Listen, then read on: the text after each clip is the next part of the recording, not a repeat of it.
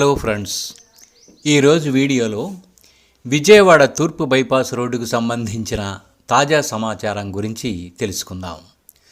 విజయవాడ తూర్పు బైపాస్ రోడ్డుకు సంబంధించి మరో కొత్త పరిణామం చోటు చేసుకుంది. ఈ ప్రాజెక్టుకు నిధులు కేటాయింపు విషయంలో కేంద్ర ప్రభుత్వం డైలమాలో పడుతోంది. ఈ ప్రాజెక్టుకు మౌలిక వసతులకు సంబంధించిన ఏ పథకం కింద డబ్బులు కేటాయించాలన్న దానిపై కేంద్రంలో మీమాంస నెలకొంది.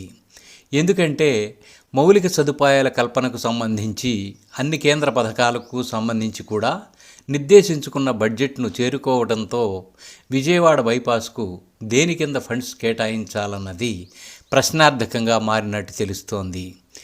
జాతీయ రహదారి సంస్థ అధికారులు అందించిన సమాచారం మేరకు జాతీయ రహదారి ప్రాజెక్టుల బడ్జెట్ అయితే అయిపోయిందట.